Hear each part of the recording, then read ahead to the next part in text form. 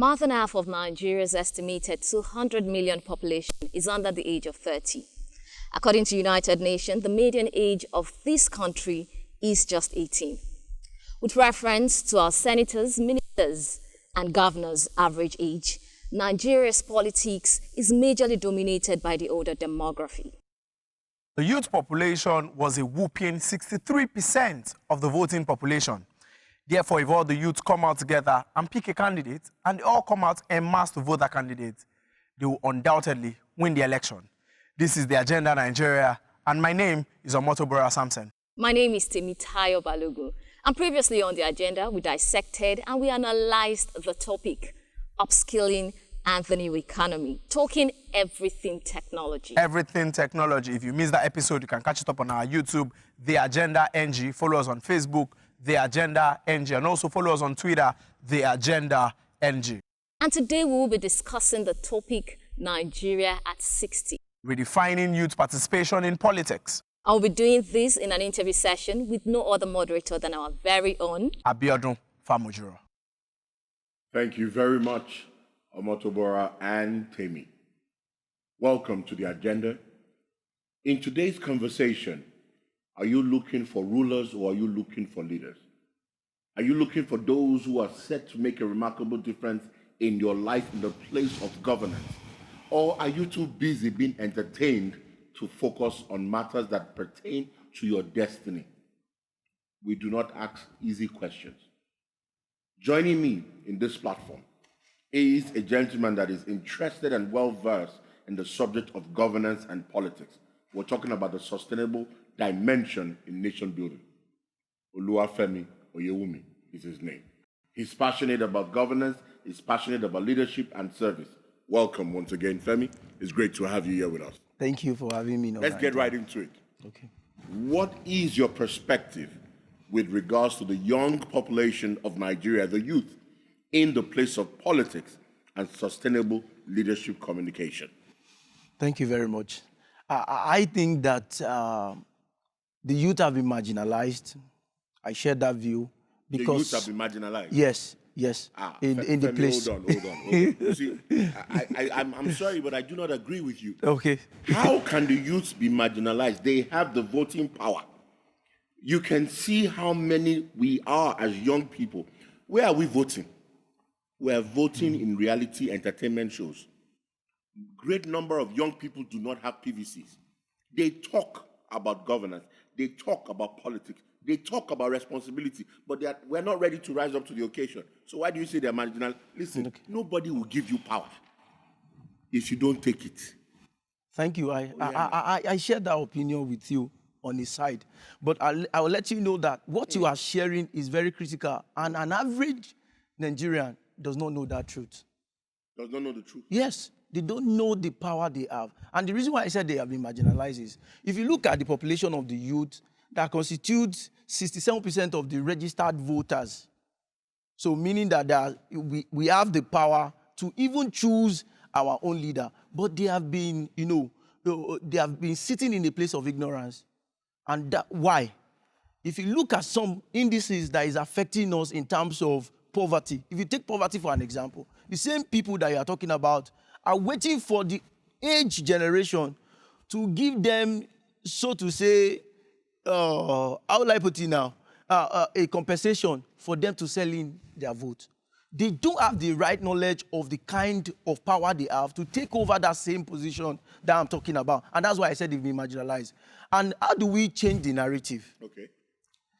You need to get an adequate knowledge and train these same youth to refocus.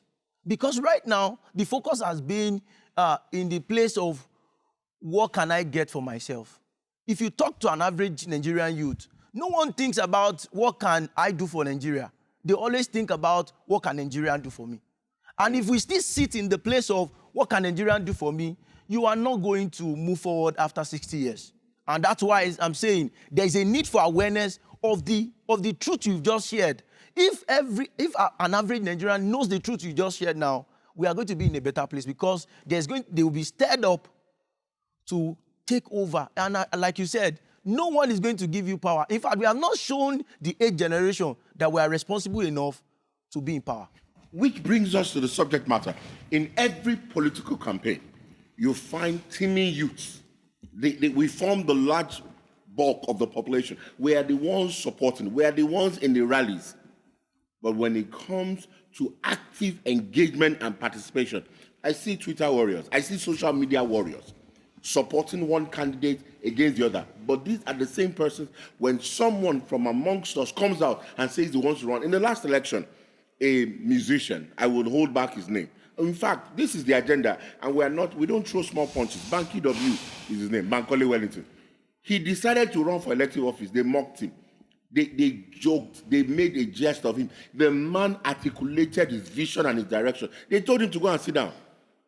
If those same set of people will not vote, will not participate in who becomes their leader, is it not right to say that the leaders we're experiencing and the leaders we have is the leaders we deserve? So I would like to go a bit into details of that because, I was actively part of that election. The truth you need to understand is that the same set of people who asked Banky W to go and sit down, they speak through their own mouth. They use the same youth against him. Tell me, what has he done in public place? We only know him for music, and they told him, go and focus on your music. What has he done in the public place? So when you are going into such seat, there's a need for you to have to have done something that people can see, what people can touch on. If you look at the constituency that it came from, and let's break it down a bit. He has spent few times in that place. He came about 6 months or 8 months down the line to convince his own people that he wants to go for that position. How many of the aged politicians have actually done something for their people before that time? So unfortunately, those people that you are saying they have not done anything, yes. The perception of the young is about what they can get into their pocket. And that's why I'm saying that character, honesty is one of the deficiencies we have among the youth. The youth you are referring to are not the youth that wants to take over and put the interest of Nigeria at heart.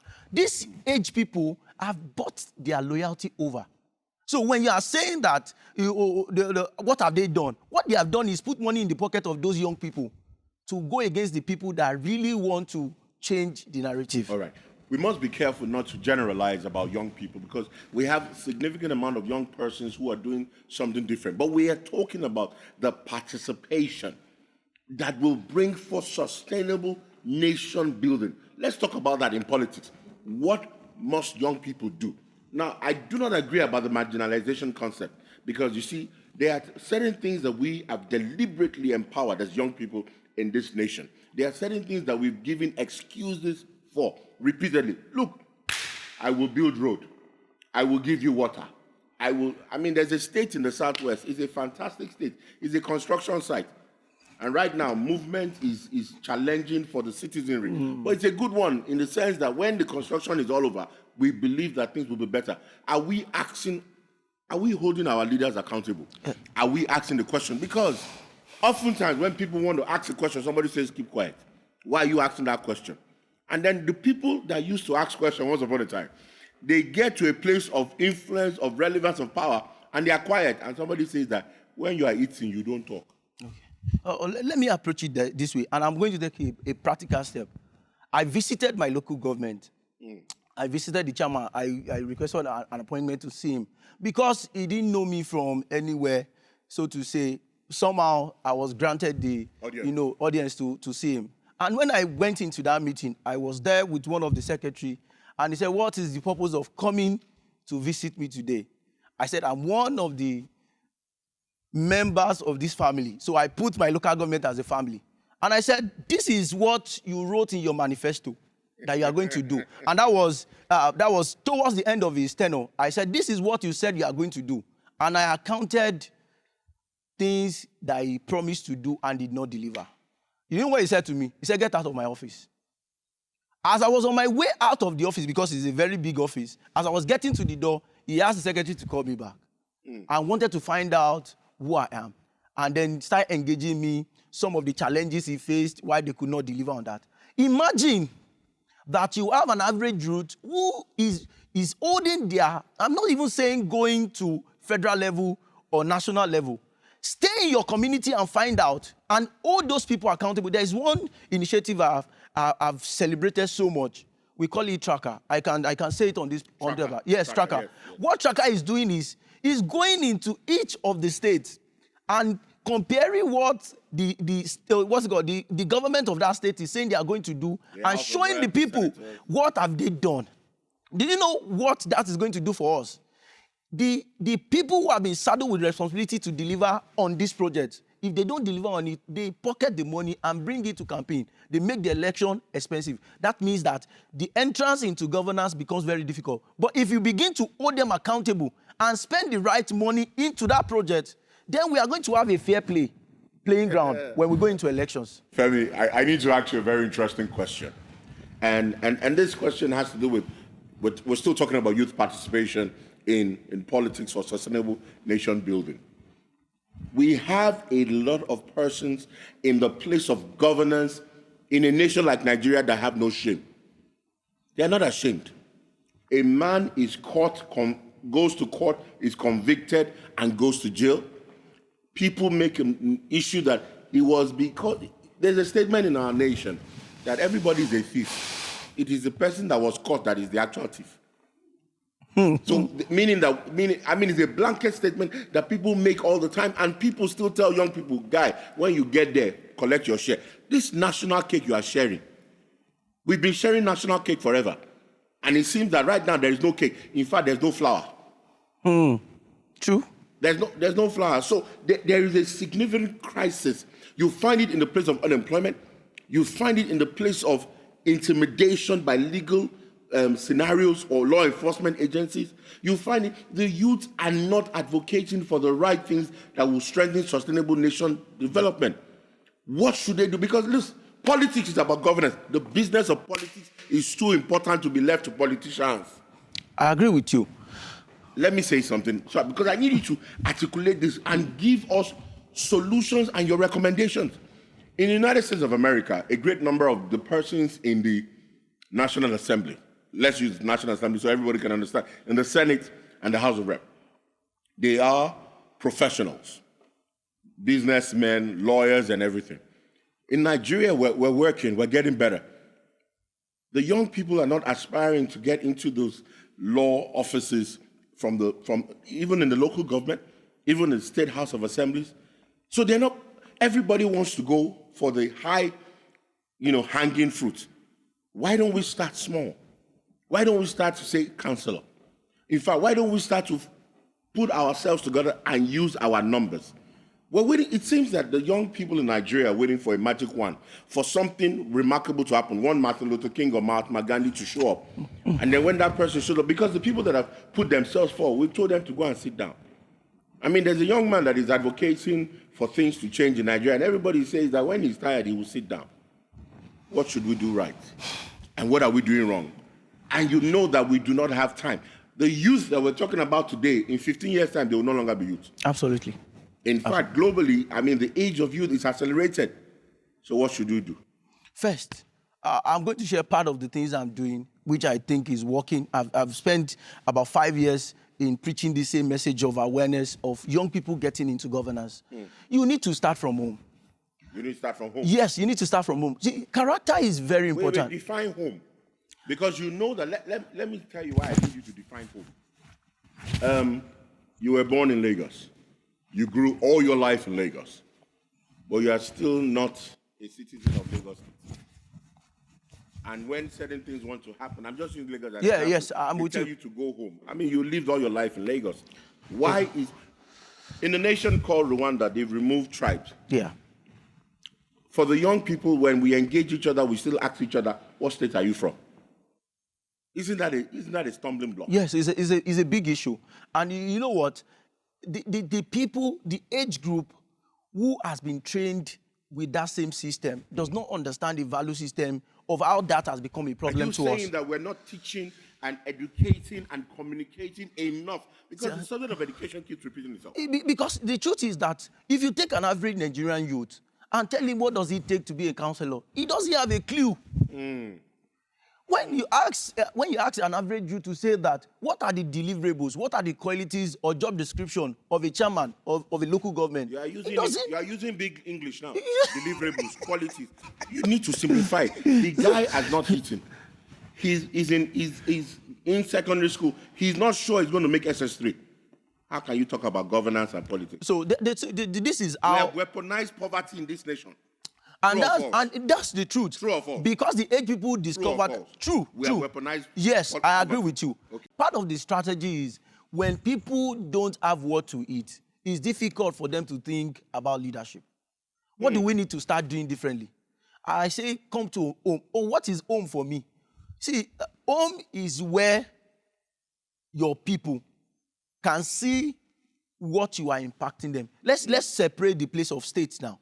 If I live in a community and the community cannot have an impact of who I am or influence them in certain ways, then I'm not doing anything. Leadership starts from that same community. They must be able to see the impact. If you want to have the touch of government, it should start from me as a leader. If I see myself as a leader in that community, meaning that I'm interested in that education system. So when there is no power in our community, I'm more interested to say that we are not going to sleep until the PSCN fix that. And when people begin to see that, I'm teaching other people to say, you can't sit back and allow these things to just work this way and see the abnormality going on. You need to do something. When we begin to do that, imagine, let me give you, we have 774 local governments. Correct. If you find 774 people with character, integrity, transparency, accountability, we are going to take over all the local governments in Nigeria. That's the strategy. When you find that local government, we find everybody in that local government. Same way we populate the National Assembly, the House of Assembly, that people is not juicy, so to say, because people don't put their eyes. Everybody wants to be a governor. Everybody wants to be the president. The same people you are referring to, if they go back home and show people what they can do, there is a CV to tie back to them. This is how you have developed us. This is how you have impacted our life from that grassroots. Soon enough. And the truth is that the change you are asking for is not wake up tomorrow to find that change. It is a process. It's going to take time. It's going to take collaboration of the people in there. I have more than 200 followers that are sold out into this business I've been selling, cut across different states. You just need to give us a little more time to see that impact. Because when you say that everybody is corrupt, we don't have that same language. I'm not going to get into power and begin to behave like them. Because the way I've been brought up, and I'm saying in terms of my exposure, in terms of the development I've received, I cannot trade my name for money.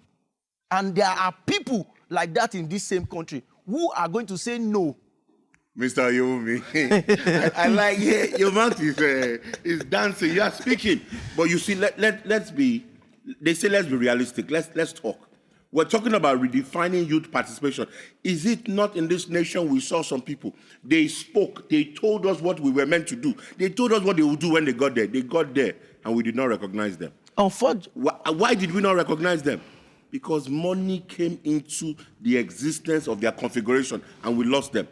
Unfortunately, when you look at that fraction of people who are privileged, take for an example, an average parliament in Nigeria currently is age 53. Parliamentarian? Yeah, parliamentarian is age 53. These are people that are built in the same system. How did they get there? Look at the process they passed through in getting there. You need to define some of the processes that made these people. If I have spent 70 million to settle pocket, and when I get there and I'm getting the constituency fee, don't you think I'm going to keep part of the money? I don't know. Maybe when you exactly get there, what I'm saying. So if you have people who will say no to settling those systems, if you build a structure and you look at our legal framework to say, let there be transparency in an electoral processes. I've given you one of the ideas that we are using now to monitor, because there is need for monitoring. You don't wait till when the election is coming. You need to start monitoring. How did they gather those money that they are using in election? You need to monitor those things. If you can, put things together, monitor them, show transparency in how they are content. In fact, I was speaking with some people that there's a need for us to have the youth national parliamentaries. Because the policies... National youth parliamentary. Yes. Hold on, Mr. Ayomi. You were in, you went to university where there was student union government. Have you not seen the dramedy of student unionism? The things that are happening. Some persons have opined that even some youth will be made much worse when they get into places. I do not agree with that. You don't agree so with when that? he's referring to youth, what kind of youth is he referring to? Because they are the same age. In fact, when you go to the age group, is it all the age group that are corrupt? There are still people of integrity. I've met some of them. I have some of them as role model. So. I have some of them as a role model that stand by their integrity in this same country. Okay. There is no, in the Nigerian constitution, we're talking about redefining youth participation. In the Nigerian constitution, there is no independent candidate. If you're going to run in an election, you need to belong to a political party. We have two major political parties in Nigeria. People have opined, they've said different things about them. And, a recent election was very dramatic. 4 years before, they were on different sides, and they spoke about each other. 4 years later, they were on different sides, and, someone won. What about the political party structure? Because, when you get into a political party, they tell you, how old are you? Say 20. You're a young man. 22, you're a young man. Why don't you wait for like 15 years? Oh yeah, do this, carry that. And you walk through the system, paying your dues. But the question is, will you ever be given a chance? So, when are we going to celebrate a 40-year-old with integrity and character that know? Now, some states in Nigeria, they already have 35, some states in Nigeria, they have those young people who are redefining things. I know a commissioner of finance, in the Southwest, he's doing remarkable things. He's very young. But what is the population? If the population of those who are exceptional in a nation, they are few. We have too many few good men and women. What difference will they make of the youth participation? Redefining it, what difference will they make? So let me approach it this way. When you talk about the two major political parties, yes. let's go back a bit to 2019. I was actively involved in that election. One of the failures of the new, vibrant, young, dynamic leaders that we are hoping for failed to collaborate. Failed to collaborate. Collaboration is the new competition if we want to thrive. I've always said this to people around me. You can't go to fight a man who has built up he has built up a kingdom for 60 years, and you want to show up in six days to pull down the work of 60 years. You are a joker. One of the things, if we have collaborated those different, you see, there's something about when you add different people from different spheres of life. It brings creativity, it brings diversity that can help us truly tackle those who are sitting in there. We don't need to go to those two major big parties for us to actually win them. We just need people who can come together with the same goal. Because it seems they have their own agenda for Nigeria, and they refuse to see other people in that same agenda. If we continue, come 2023, we will not be able to stand against those people. What do we need to do differently? We need to come together. We need to lay aside our differences. Like you said, the state, the tribal, discrimination is so much. You want to go into the gender part. Only 27 females are in the parliamentary as we speak. 27 of them in over 400 and something people seated there. Again, you need to begin to think, do we have women in different spheres or in other sectors that are doing well, that can help us in changing the narratives of what we have in now? We need to, yes, so we need to get those people together. We need to onboard those people together for us to fight against those people. If we really need to make a change. Femi, thank you. We're in the year 2020, and it's been the most remarkable year. In 3 years' time, there will be another general election in Nigeria. When should the youth start activating the engagement that they need to start activating? My answer is now. Now as in now? Now. You need to start now. If you are listening to me, first I want to ask you, do you know the councillor of your constituency? Do you know the senator by name? I'm not even saying, do you know who they are? We have committed, it's a very... You're asking high things. Why don't you ask, do you have a PVC?